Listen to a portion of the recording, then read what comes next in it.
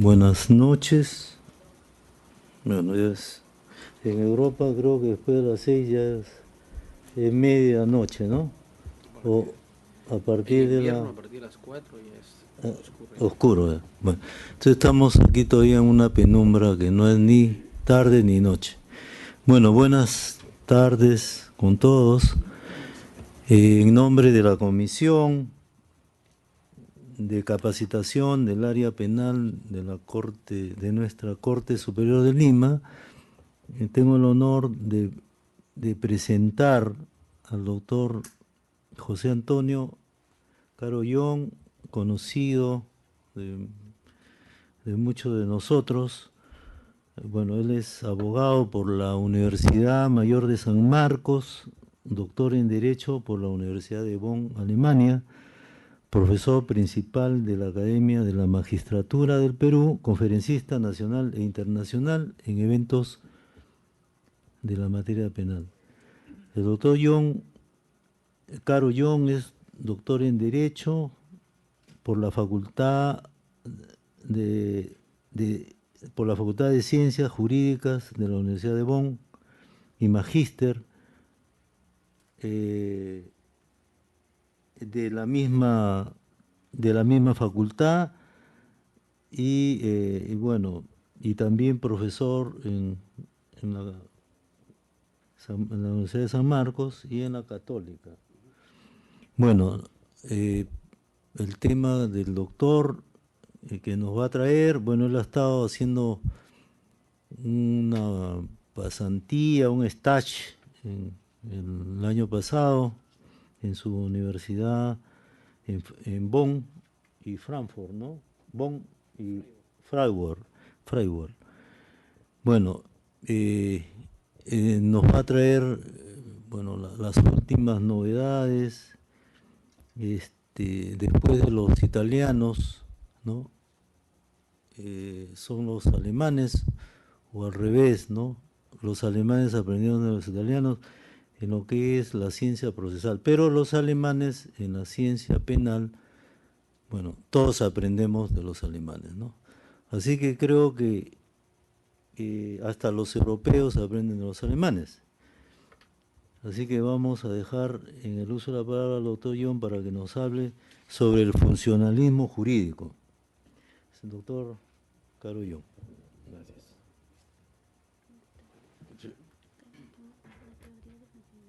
Sí, sí, teoría de funcionalismo. Ya, ¿lo presento después, doctor? Después, ya. Doctor. ¿Empiezo? Bueno, usted tómese su tiempo, doctor. Muchas gracias, Controle el tiempo. apreciado doctor Julio Villayi Gómez, apreciado doctor, amigo, colega Miguel Ángel Sánchez Mercado, que comparte en esta noche esta mesa, estimada concurrencia. En primer lugar, quiero dar las gracias a esta invitación que me permite someter a su consideración unas ideas en torno a la corriente del funcionalismo jurídico penal y de ese modo hago extensivo mi agradecimiento al doctor Aldo Figueroa Navarro también por hacer posible este momento donde puedo justamente dirigirme ante ustedes. ¿Por qué funcionalismo jurídico penal? Vamos a tratar de qué se trata esa corriente, cuál es su esencia y sobre todo su potencial de rendimiento teórico para la práctica, porque una teoría que no sirva para resolver casos penales en la práctica en realidad no nos es útil, por consiguiente tendría que ser dejada de lado. Sin embargo, el funcionalismo jurídico penal, considero, tiene suficientes argumentos, suficientes, digamos, potenciales dogmáticos como para, de manera convincente, dar propuestas de solución razonables a los casos penales. Para entrar a la exposición, siguiendo una tradición muy propia de los juristas alemanes, quiero comenzar esta ponencia con un caso, un ejemplo trivial que me va a permitir desarrollar la idea central que quiero exponer y someter a su consideración. Imaginemos este supuesto. Este es un estudiante que le gusta mucho la teoría del delito, está muy afanado en comprender el sentido dogmático de las categorías, de la tipicidad, de la anticuricidad, de la culpabilidad, y estudia cada noche hasta altas horas de la madrugada. Para él es muy normal pues hacer de lechucero, de estudiar hasta las 2, 3 de la madrugada, y ya cuando el cuerpo no le rinde recién pues se va a dormir. Y casualmente el cuarto donde él estudia, su cuarto de estudio, está en el segundo piso y da para al lado, allí hay un pasaje que no tiene iluminación pública, no tiene alumbrado, pero las personas se benefician gracias a la luz que sale justamente de la habitación de él. Entonces, todos se acostumbran prácticamente a transitar sin preocuparse por ese pasaje, en cuanto está iluminado gracias a la luz, gracias al reflejo de luz que sale de la habitación de este estudiante. Por reclamos propios de la vecindad, la municipalidad ya decide hacer unas excavaciones para poner un alumbrado público, y con mayor razón las personas agradecen que este estudiante sea tan responsable y se beneficien de su luz, y lo que les permite a ellos no caer en la zanja ya abierta. Cierta madrugada, ya cansado de haber estudiado tanto, de haber leído tanta dogmática, eso de las 2 de la madrugada, se asoma a la ventana y ve justamente, logra reconocer a 50 metros que se va aproximando hacia a la altura justamente de su habitación una persona. La identifica y es la mamá de una antigua enamorada, una señora que se interpuso en su relación y le dijo un día a su hija que este chico no es para ti, es muy teórico, es muy estudioso, tú tienes que buscarte a alguien que realmente te resuelva la vida, alguien que tenga proyección de ganar dinero, por eso solamente tiene proyección de ser académico. Y gracias justamente a la intromisión de la señora, esta chica dejó a este chico. Y él quedó pues triste, hasta deprimido, y se refugió con mayor razón en el estudio. Entonces, al verla, reconoce con dolor ese momento causado justamente por la ruptura de su relación sentimental, por la intromisión de esta señora, y dice, esta señora, pues esta vieja, ¿no?, mi ex suegra, ojalá se muera. Entonces apaga su luz, apaga la luz, ya, y pues justo cuando la señora está pasando a la altura de la zanja, y al apagar su luz escucha un grito y la señora cae en la zanja, no muere, solo se quiebra el cuello. Entonces, este es el supuesto, la pregunta que nos hacemos aquí: ¿hay una responsabilidad penal? ¿Hay lesiones, en este caso graves? ¿Ya? ¿Respondería él penalmente por ese resultado? Vamos, para llegar a, fíjense, el funcionalismo tiene que ver con la modernización del derecho penal. Y la modernización del derecho penal se dice en términos normativos, en términos jurídicos, como la normativización de las categorías jurídico-penales. Si en el ámbito de la técnica se han modernizado los vehículos, ya cada vez más al mercado ingresan vehículos ya con el cambio automático, el cambio mecánico va quedando atrás, la música se moderniza, ¿por qué no el derecho y el derecho penal no va a estar también, en este caso, afectado a una modernización? No es un tema solamente de moda, sino la modernización va a la par con encontrar categorías, argumentos que de manera convincente brinden mayor seguridad jurídica. Un juez penal puede tener la oportunidad de contar con una herramienta conceptual que le dé mayor seguridad para resolver un caso penal que tenga justamente en su escritorio. Y el funcionalismo aporta, a mi juicio, de manera más convincente en esta época. Ya el filósofo del derecho Hegel decía: un derecho penal que se precie de ser legítimo tiene que marchar al compás del espíritu de su época. Un derecho penal tiene que captar cuál es la expectativa de justicia, qué es lo que en el momento la sociedad, en este caso según las reglas de juego, espera del ordenamiento jurídico para satisfacer las expectativas de protección. Si el derecho penal se entroniza justamente con las reglas de juego de cómo funciona una sociedad, entonces es un derecho penal que puede hablarse de él, que tiene mayor visos de legitimación frente justamente a sus ciudadanos. Si este caso lo sometemos rápidamente a un examen de las corrientes previas al funcionalismo, tendríamos que resolverlo de la manera siguiente.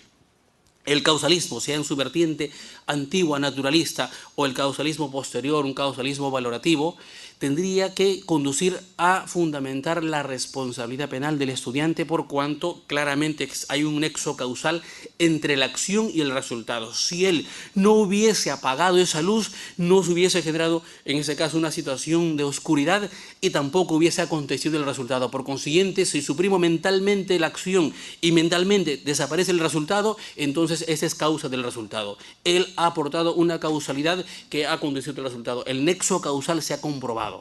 Esa es la forma, por ejemplo, como yo aprendí Derecho Penal en San Marcos en mis primeros cursos. Así aprendí, seguramente muchos de ustedes. De esa manera también eso es el análisis de la relevancia penal de la conducta. El inquirir en el sentido típico de la conducta depende solamente de la fenomenología, de la comprobación, de la constatación exterior de un suceso natural, de un fenómeno natural. Entonces, ese fenómeno natural, si se ha producido en el mundo exterior, pues eso se reproduce en la tipicidad, por consiguiente, aquí habría una conducta típica. Vamos a examinar posteriormente bien el finalismo. El finalismo, a diferencia del causalismo, hace un giro en la valoración y la relevancia típica de la conducta ya no depende de la comprobación externa de una causalidad.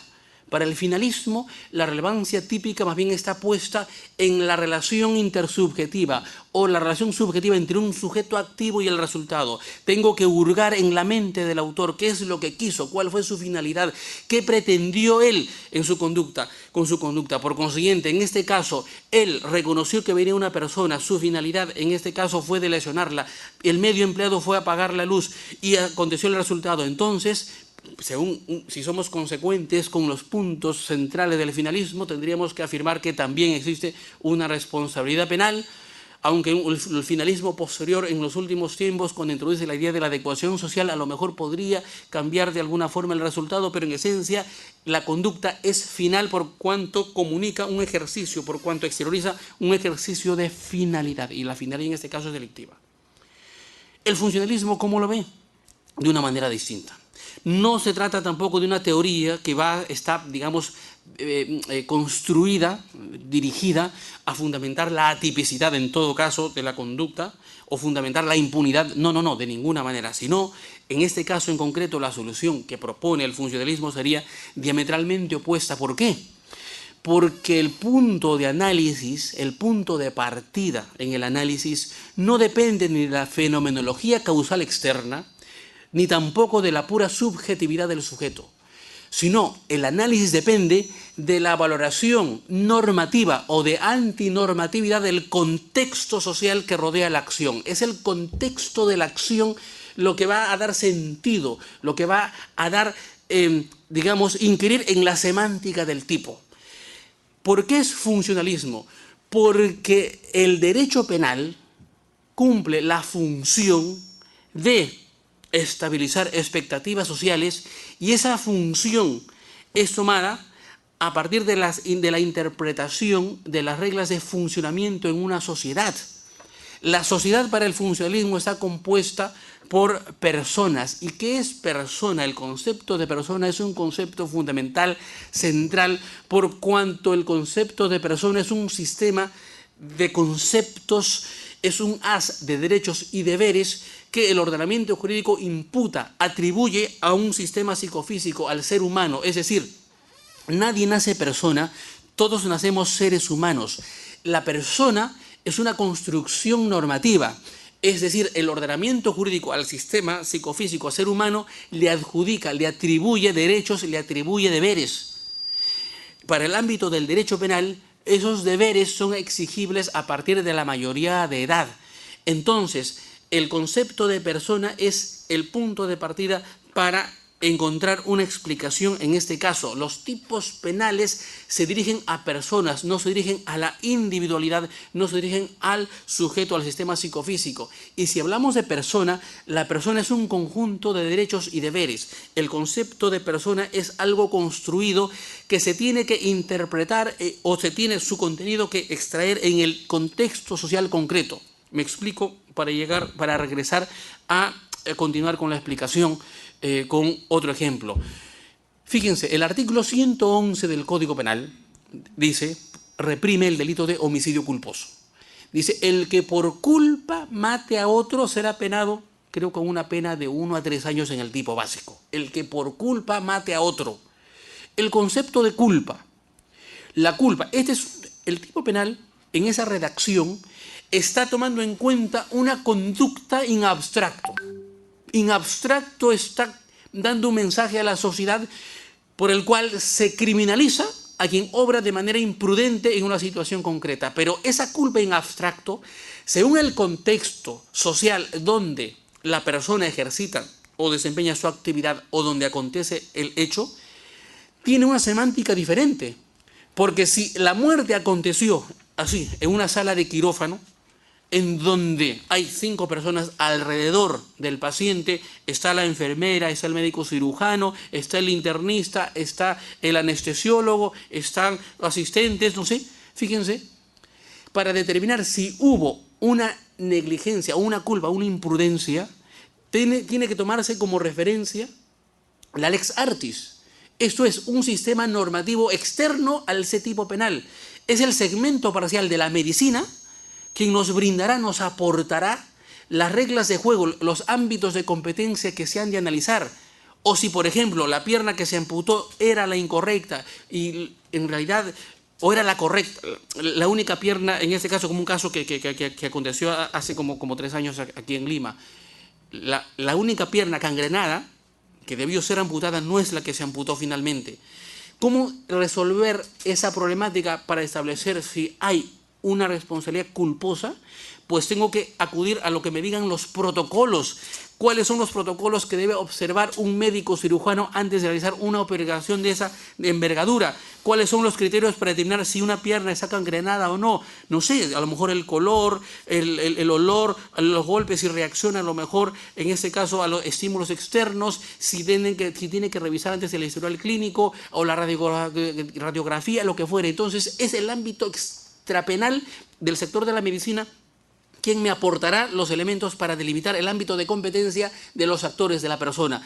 Pero si la muerte acontece, por ejemplo, en la avenida aquí, en el Paseo de la República, y hay a causa de un atropello, ya no me va a servir la norma de lex artis, sino tengo que acudir a las normas, en este caso, de la seguridad vial, la norma de tránsito que me explicará cuáles son las reglas de juego, de funcionamiento, en este caso, entre la conducta que debe observar un peatón, un conductor, los límites máximos mínimos de velocidad, o si la muerte acontece porque, por ejemplo, ahora con el boom inmobiliario, un trabajador que está construyendo el del 10º piso de un edificio se cae, para establecer si hay una responsabilidad por negligencia del empleador, del empresario, tengo que acudir a las normas de la seguridad en el trabajo, que fija cuáles son los criterios que debe esta persona respetar.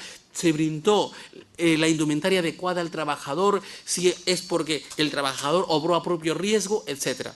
Un solo tipo penal, si se dan cuenta, puede ser llenado de contenido de distintas maneras, según el segmento parcial de la sociedad donde el sujeto interactúa, cuáles son las reglas, las normas de funcionamiento del sector. En el ámbito de los delitos contra la función pública es evidente que sirven a este respecto, por ejemplo, los manuales de operaciones y funciones, los reglamentos de operaciones y funciones, las directivas, las leyes orgánicas, los decretos supremos de urgencia que delimitan ámbitos de competencia, los turnos, etc. Entonces, ¿por qué el funcionalismo toma en cuenta esta cuestión de esa manera? Porque el juicio de imputación no recae sobre el sistema psicofísico en sí, no es lo que el estudiante en ese momento miró, vio, supo, pensó. Lo que importa es el significado de su conducta. El significado de su conducta en un sentido normativo, en un sentido objetivo. Y el significado de su conducta en ese contexto es el de una conducta atípica. ¿Por qué?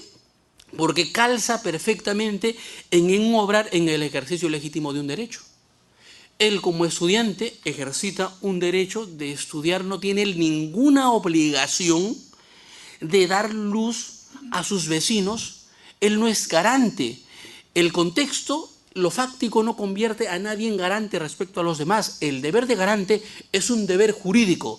Y como deber jurídico, los deberes jurídicos surgen de normas penales, extrapenales, de distintas jerarquías, pero tiene que estar normativizado y una situación fáctica como esta no genera un deber de garante para él.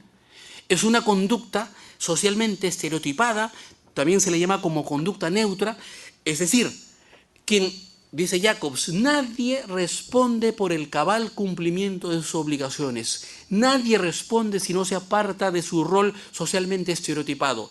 Él desempeña un rol, en este caso, inocuo, inofensivo, de estudiante y por consiguiente no tiene por qué responder. Pero él supo, es que lo subjetivo corresponde a un segundo nivel de análisis de valoración. Lo que determina la responsabilidad, en primer lugar, típica, es el análisis del objetivo.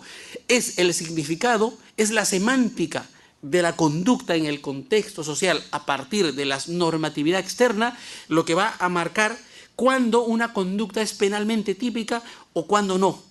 Después de comprobar que la persona ha extralimitado su ámbito de competencia, ha quebrantado su rol en el particular, recién me pongo a hurgar, me pongo a analizar el mundo de los subjetivos, si la persona actuó con dolo o culpa, por ejemplo, pero no es al revés. Hay un orden de análisis. Primero se analiza el tipo objetivo y después el tipo subjetivo. De esta manera, el derecho penal en la valoración está en íntima relación con las reglas de juego, cómo funciona una sociedad, cómo funciona el sector, en este caso, del tráfico viario, cómo funciona el sector, el segmento, por ejemplo, en el ámbito del lavado de activos, de la abogacía, cuáles son los ámbitos de competencia que debe observar un abogado, cuáles son la normatividad, las normas deontológicas, en este caso del colegio profesional, la constitución que le faculta el derecho a ejercitar, por ejemplo, su derecho a la defensa respecto, por ejemplo, cuando tiene que cobrar honorarios de una procedencia supuestamente ilícita o ilícita. Es decir, la responsabilidad penal o la conducta típica no depende de lo que el sujeto sabe, no depende de la pura causalidad, sino depende del rol que desempeña, depende de las funciones, de los deberes que desempeña en una determinada sociedad. Ese es el punto de análisis, el punto de partida. Después que yo he comprobado, he analizado si la persona, en este caso, extralimitó ese error, recién pasaré a hurgar el ámbito de lo subjetivo. Hay una ejecutoria suprema muy interesante respecto a un caso que fue resuelto en la Corte Superior de Junín. Es el caso llamado el caso del robo de gallina, fíjense. Porque Jacobs dice, no todo es asunto de todos. No todo es asunto de todos. La responsabilidad penal y el principio de culpabilidad afirma que solamente se responde por un hecho propio, no por hecho de terceros. Yo respondo por el deber jurídico que solamente a mí me atañe y no respondo por hecho de terceros. Este es un caso donde en una comunidad campesina cerca de Jauja, a 5 minutos de Jauja, en una madrugada, una vecina gritó: auxilio, auxilio, me roban. Los vecinos, los pobladores acudieron a auxiliarla y lograron aprehender al ladrón que estaba a punto de cruzar un cerco posterior de la casa llevándose una gallina. Tanta fue la furia, en este caso, de los vecinos cansados de los abigeatos, de las violaciones sexuales, de la impunidad de los delitos, que lo aprendieron y lo llevaron a la plaza pública de esa comunidad campesina que se llama Guamalí, lo sujetaron a un poste, lo desnudaron de la cintura para arriba y lo golpearon con palos, le arrojaron piedras, con ortiga, incluso agua fría en la madrugada, y eso era invierno. Lo cierto es que él murió, ¿ya? Pero por causas múltiples. En este caso tenía los pulmones reventados, todo el cuerpo prácticamente estaba en este caso picadito. Se procesaron a muchas personas y se condenaron a 5. Entre ellas, a todos por el delito de asesinato, por acción, a 15 años.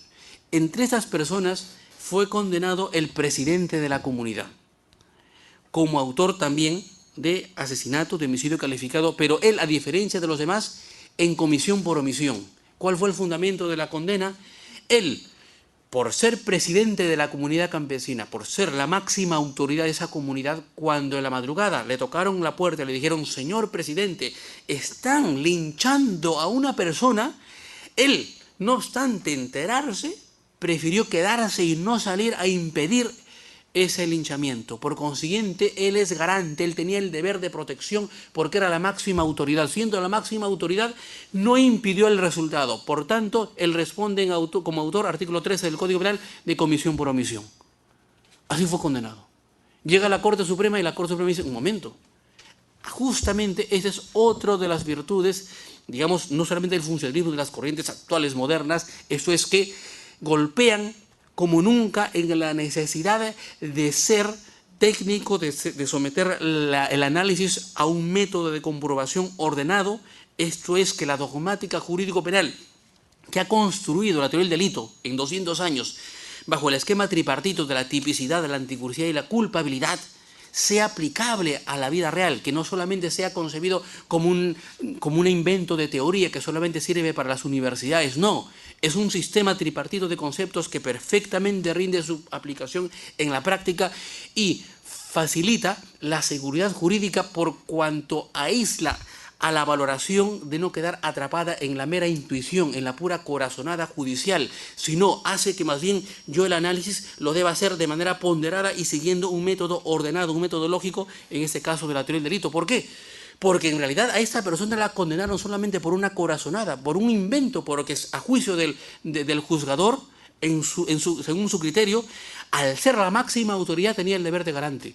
Pero los deberes de garante son deberes jurídicos y los deberes jurídicos surgen de estatutos, de normas, de reglamentos, de MOFs, de ROFs, etc. En este caso, la norma que fija, que delimita los deberes, los ámbitos de competencia de un presidente de una comunidad campesina, están fijados en el estatuto de la comunidad. Y la Corte Suprema, en el análisis, dice, según su estatuto, el presidente de la comunidad solamente tiene deberes administrativos. No tiene deberes, no es garante de protección. No tiene el deber de impedir resultados, no tiene un deber de protección. A él le eligen para administrar en la comunidad los asuntos netamente administrativos, siendo una comunidad campesina, y está tasado de esa manera, y la Corte Suprema dice que los deberes de función son deberes tasados, y está tasado ahí, por ejemplo, que tiene el deber de organizar asambleas comunales cuando, por ejemplo, en las lluvias se llenan las acequias de troncos para hacer faenas, tiene la obligación de convocar asambleas cuando de Lima lleguen ingenieros del Ministerio de Agricultura trayendo descubrimientos de nuevos pesticidas, insecticidas. Esto es algo que signifique para la mejora, la innovación, en este caso, del funcionamiento de la comunidad, etcétera, pero en ningún momento se le atribuye deberes de protección de la persona. Él tiene una posición netamente funcionarial, no tiene una posición como el de la policía, una posición de garantizar la protección de las personas. No hay que confundir, o sea, por la pura intuición, en realidad, la valoración quedó atrapada en la corazonada. Pero dogmáticamente hablando, si el punto de análisis es establecer cuándo una conducta es penalmente relevante a partir de la normatividad en concreta que la persona debería cumplir o no, entonces nos liberamos de la corazonada y llegamos a una solución que es técnica. Y lo técnico es que en primer lugar se analiza el tipo objetivo, y en el tipo objetivo de ninguna manera esta persona cruzó el umbral de la tipicidad, por cuanto él no tenía ningún deber jurídico de garante, y la Corte Suprema lo absuelve, y es una solución, a mi juicio, plausible. Entonces, volviendo al caso igual del estudiante, él no cruza el umbral de la tipicidad, él no ingresa en el ámbito del tipo por tratarse de una conducta socialmente adecuada, una conducta cotidiana, una conducta neutra, una conducta que comunica el ejercicio legítimo de un derecho.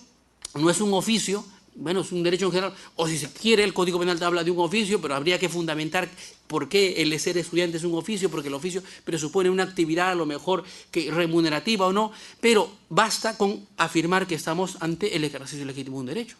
Entonces, quien no supera, quien no rebasa ya los contornos de su competencia en un segmento concreto, entonces no tiene por qué ingresar al ámbito del derecho penal. Por eso, el funcionalismo es tal. ¿Por qué? Porque es una teoría que hace depender la solución de los casos penales a partir de las reglas de funcionamiento del segmento social concreto. Los tipos penales, no hay un solo tipo penal. Todos los tipos penales son tipos penales que tienen que ser contextualizados. No hay un solo tipo, porque el mejor ejemplo, el ejemplo paradigmático que les he puesto es el ejemplo del homicidio culposo. El tipo penal solamente fija en abstracto una conducta, pero esa conducta en abstracta adquiere vida, su semántica, la semántica del tipo, que es lo que el legislador ha querido comunicar al ciudadano, adquiere sentido a partir de la imputación, a partir de la interpretación en el segmento parcial donde acontece la acción. Y ahí otro concepto central junto al de persona es el concepto de rol. El rol social es otro concepto central para el funcionalismo. Esto es, solamente ingresa al ámbito del derecho penal quien quebranta un rol. ¿Y qué es el rol? El rol es un conjunto de derechos y deberes que el ciudadano o la persona porta, lleva en un determinado contexto social concreto. El rol general es el rol de persona. Todos, si aquí nos igualamos, es que tenemos el deber general de no dañar a los demás en sus derechos. Pero, según el contexto social concreto, los roles generales, el rol de persona se contextualiza. Y, por ejemplo, surgen los roles especiales, el rol de juez, de fiscal, de abogado, de ingeniero, etcétera, que se toma en cuenta en el momento en que yo he de analizar si hubo un peculado, cuál era la regla de juego, cuál era el ámbito de competencia que debía observar en este caso, por ejemplo, el comité o un arquitecto en una obra de construcción o un ingeniero o el albañil. Entonces, el concepto de rol es central. El rol fija expectativas. De manera general, el rol permite delimitar esferas de competencia. Así, por ejemplo, dentro de una empresa o dentro de un hospital o dentro del Poder Judicial, yo no trato a todos por igual, sino a cada quien examino su responsabilidad en el segmento concreto dentro de la estructura, en este caso de la organización, cuál es el segmento o la función que desempeñaba en ese segmento en particular. Y el rol es un concepto netamente objetivo. El rol, la idea de la subjetividad, salvo que el rol defina como tal la incorporación de una subjetividad. Por ejemplo, en el caso de los deberes de garante, en los casos del principio de confianza, cuando estoy pensando, por ejemplo, en el gerente general de una empresa o el jefe de alguna división de la policía, quien está en el ámbito máximo, digamos, en la escala jerárquica más alta en una organización. Esta persona responde por todos los delitos o por las consecuencias que surjan de la actividad de la empresa, siempre, no. La responsabilidad es individual. Hay que focalizar en qué segmento, por ejemplo, se dio el defecto. Pero el gerente, o como por ejemplo el alcalde, pueden en este caso ampararse en el principio de confianza, en el sentido de que yo confío en que mis delegados obrarán conforme a sus obligaciones. Pero si, por ejemplo, él tiene conocimiento que el segmento en particular, en este caso inferior, está incurriendo en una irregularidad, por ejemplo, el gerente general se entera que la gerencia comercial, esto es, las personas encargadas de la venta del producto de la empresa hacia afuera, los que tienen contacto con los clientes, están incurriendo en prácticas de corrupción, en prácticas de lavado de activos, por ejemplo, o en prácticas de defraudación tributaria, por ejemplo. El gerente, si tiene conocimiento, tiene el deber de intervenir. ¿Por qué? Porque, naturalmente, porque él ahí tiene un deber de supervisión, un deber de control. Pero por regla general, él puede confiar en que sus inferiores harán correctamente, cumplirán sus obligaciones. Entonces, el conocimiento ya es inherente al rol. ¿Por qué? Porque el gerente tiene, ante todo, ese deber. Él retiene para sí deberes de supervisión, deberes de vigilancia, que le obligan a aplicar esos conocimientos en los casos que obre el inferior con algún defecto. Pero los que están en una escala inferior o los que están en un segmento en particular no tienen esa obligación, por ejemplo, porque si la gerencia, por ejemplo, de recursos humanos, que tiene que ver con la contratación de personal o no, se entera que otro segmento dentro de la empresa está incurriendo en esas prácticas, no por eso, por el puro saber, no se convierte en responsable. ¿Por qué? Porque no forma parte de su rol, en ese caso, a lo mejor intervenir, o a lo mejor su deber es de comunicar o de informar, si es que así está definido en la organización, pero ya no se hace responsable como cómplice de ese hecho, sino sería solamente por una infracción, en este caso de solidaridad, por una omisión de comunicar, una omisión de denuncia, porque el Código Penal en el artículo 307 además dice que solamente tienen el deber de denunciar a aquellos que por su profesión o empleo están obligados. Entonces esto tiene como presupuesto que esté juridizado ese deber, pero mientras no haya un deber de denunciar, la conducta es una conducta neutra. Esa es la esencia del rol. El rol es un concepto neutro, porque si a la persona se le va a hacer responder por todo lo que sabe, se incurre en un problema muy enorme. ¿Cuál es el problema? Pues el problema va a ser en que el derecho penal va a fomentar a que las personas pues no se capaciten, que las personas pues no aprendan más, porque por saber más van a responder. Un penalista, Bernardo Feijó, por ejemplo, dice, entonces, bajo esa perspectiva, más me vale ir por la vida de burros, porque mientras menos sé, pues aseguro pues, mi falta de responsabilidad. Para ir concluyendo, porque el doctor Sánchez Mercado tiene cosas también interesantes que comunicar. Hay mucho por decir aquí. Quiero concluir con un ejemplo que propuso el profesor Jacobs en el año 89 en el libro Homenaje a Armin Kaufmann. Un ejemplo ya muy conocido, pero justamente va a servir para diferenciar con mayor razón en qué consiste esta corriente del funcionalismo. Es el caso del estudiante de biología. Es un caso que no es un caso de puro laboratorio, porque tiene sentido para Alemania. Él es un alemán, está pensando para Alemania. Pero el ejemplo podemos discutirlo aquí, porque es un ejemplo teórico que rinde ya para la práctica muchísimo. El ejemplo es un estudiante de biología que por la mañana en su clase está poniendo atención a la clase de qué hongos son comestibles y qué hongos son venenosos.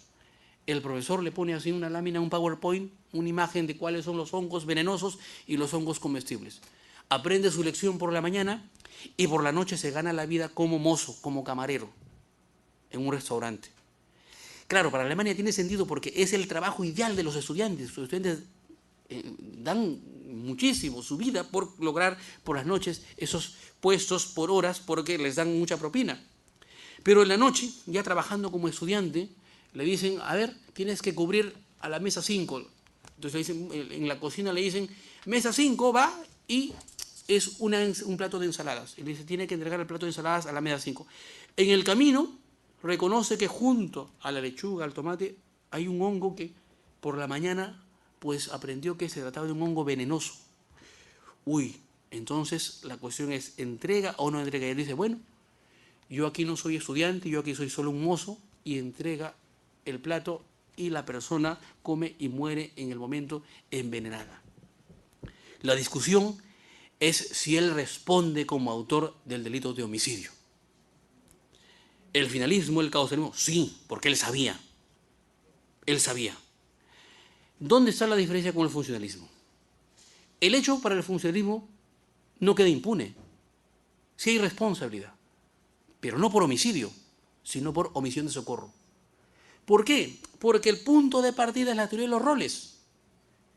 Él, en el caso concreto, es tomado en cuenta por el ordenamiento jurídico penal, por el derecho penal, en su rol de estudiante o en su rol de mozo, de camarero. Él está practicando en ese segmento para la sociedad, para todos que están en ese restaurante. Él no es estudiante, él es un mozo, es un camarero. Y un mozo, un camarero, tiene el deber de conocer, de distinguir cuáles verduras son comestibles, son venenosas o son inocuas. De ninguna manera. Entonces, si yo extraigo un conocimiento aprendido en otro contexto de la universidad y lo aplico aquí, le exijo y le hago responder por ello, entonces estoy haciéndolo responder quebrantando el principio de culpabilidad por cuanto le estoy haciendo responder por un deber que él no tiene, porque le estoy aplicando un deber, le estoy agregando un deber de garante de cuidar de que en este caso sus clientes no mueran en este caso envenenados. Porque si somos consecuentes en exigirle aplicar ese conocimiento, tendríamos que mínimamente condenarle como autor de homicidio culposo si, por ejemplo, en la mañana, justo en el momento en que pusieron la imagen, recibe una llamada de su enamorada y sale de la clase a hablar con ella. Se perdió la clase. Entonces, si hubiese sido más diligente, si hubiese puesto más responsabilidad a sus estudios, hubiese estado en las condiciones de salvar a alguien en la noche. Entonces, si soy consecuente en exigirle el conocimiento también, en este caso, el ser mal estudiante, lo voy a tomar en cuenta como un fundamento de imputación, pero a título de homicidio culposo. Y eso es un absurdo. Pero en este caso, fíjense, él como estudiante o como mozo de todos los mozos que existen en el Perú, en Alemania, él es el único que justamente coincide con que es estudiante de biología y el único que ese día aprendió esa lección. Como mozo no le puedo exigir una responsabilidad, pero sí, en este caso, como ciudadano. ¿Por qué? Porque el artículo 127 de nuestro Código Penal dice: quien se encuentre a alguien herido o en una situación de peligro y no le auxilia, responde penalmente.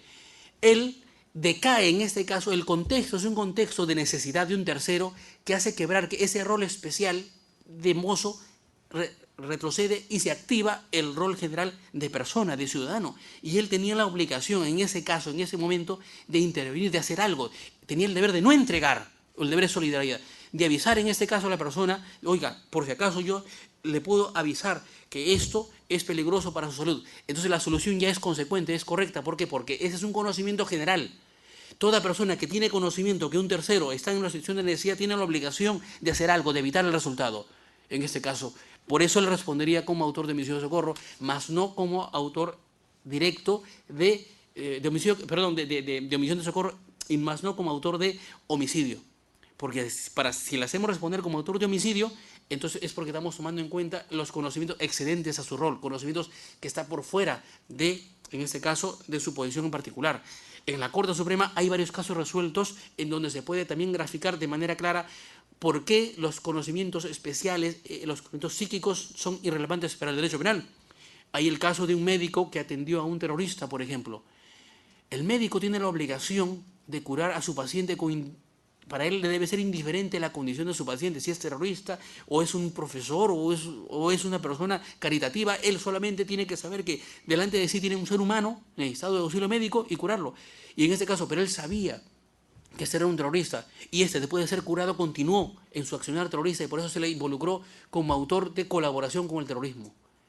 El doctor San Martín Castro hace un considerando donde dice: si la conducta es solamente de actuar en su deber de médico, no tiene por qué responder. Pero en este caso sí respondió, porque él no solamente actuó como médico, sino que se apartó de su rol de médico, porque a cada uno de sus pacientes que eran jóvenes les incentivó a no abandonar la organización de Sendero Luminoso. Entonces ya no actuó como médico, por ejemplo. En ese caso sí responde.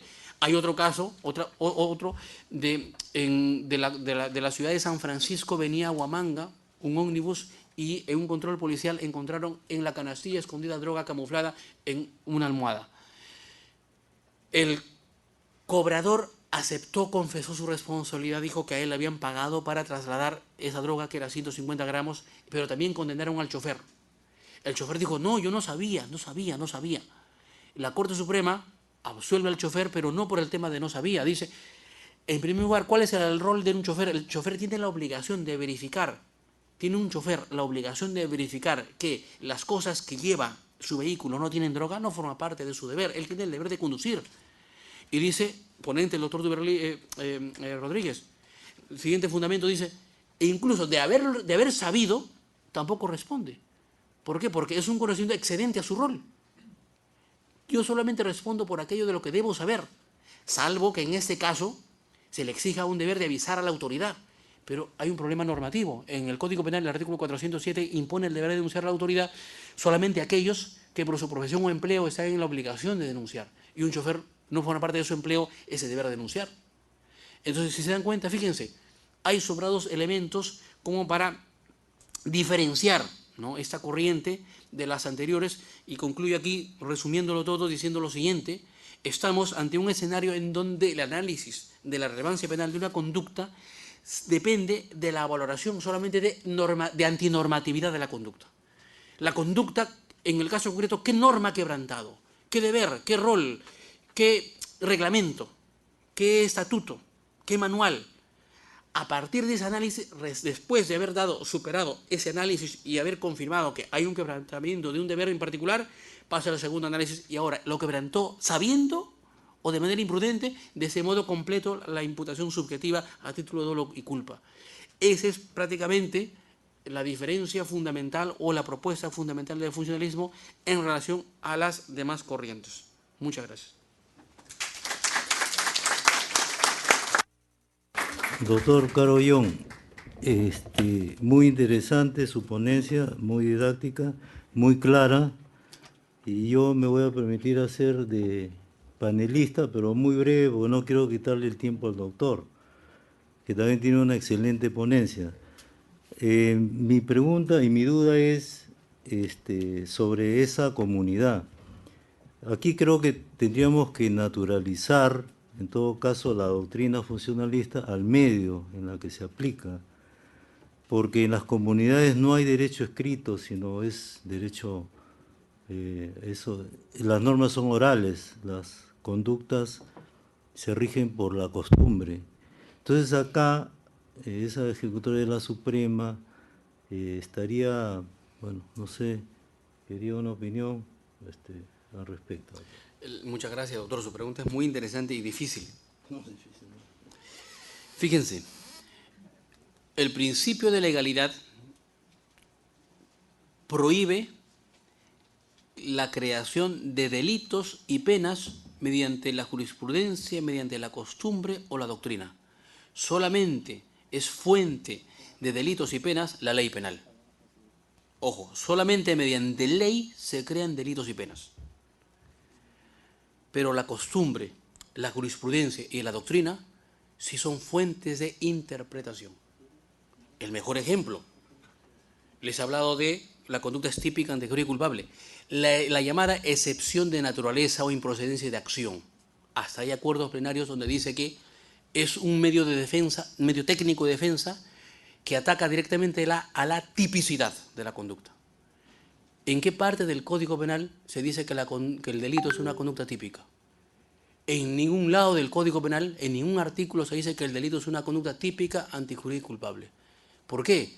Porque esa es una construcción de la doctrina, de la ciencia penal, pero sirve como fuente de interpretación de los tipos penales. De esa manera, la costumbre también es fuente de interpretación. Entonces, en la situación concreta, por ejemplo, el artículo 15, estoy pensando, del Código Penal, que habla del error culturalmente condicionado, que abre las puertas al pluralismo jurídico. En el caso concreto, si he de interpretar si la persona, al momento de practicar el acto sexual, quebrantó o no una ley, si hay una base cultural, un condicionamiento cultural.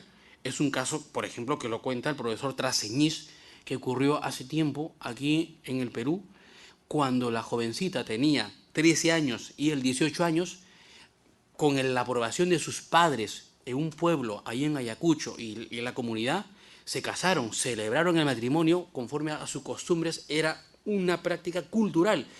La cultura en este caso se diferencia de una mera práctica cualquiera por su legitimación histórica. Una cultura es tal si se trata de una práctica reiterada y permanente que tiene legitimación histórica. Y esa comunidad, justamente, de esa manera, celebraba las bodas con menores a partir de los 12 años hacia arriba. Vino la época del terrorismo, llegó mucha miseria a ese pueblo y ellos emigraron a Lima, a la zona del Callao. Cuando ella tenía 15 y él 2 años después, y él tenía 20 años. Consiguió un trabajo él, donde ganaba muy poco, y aprendió el mal hábito de los sábados, irse a jugar fulbito, después del fulbito venía el fulbazo, y luego regresaba a casa ebrio. En una oportunidad la chica, su esposa, le reclamó, y él la maltrató, la golpeó, y ella, aconsejada de un vecino, fue y puso la denuncia ante la policía. Y la policía, cuenta el profesor Traseñís, le dijo, no, vuelve a tu casa. Es que me ha golpeado mi esposo. Pues por algo será, anda a tu casa. Que no, insistía, mira, ¿sabes por qué no te tomo la denuncia? Porque mañana luego vas a venir arrepentida a retirarla. No, que yo esta vez ya soy dispuesta a todo. Bueno, le dijo, ¿cómo te llamas? Dio su nombre general. ¿Cuánta edad tienes? 15 años. ¿15 años casada? Sí.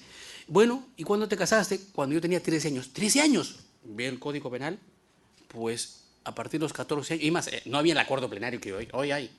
Ya era violación sexual, clara. De inmediato rompió la hoja, cambió porque no había computadoras y una máquina de escribir. Presunto violador sexual. ¿Cómo se llama? Tal.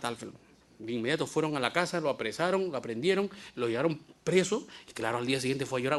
Fue a llorar a retirar la denuncia y le dijo, yo te dije.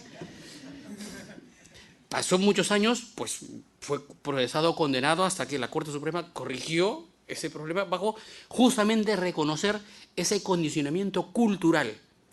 Entonces, el funcionalismo con mayor razón está en el poder de captar las reglas de juego de una sociedad.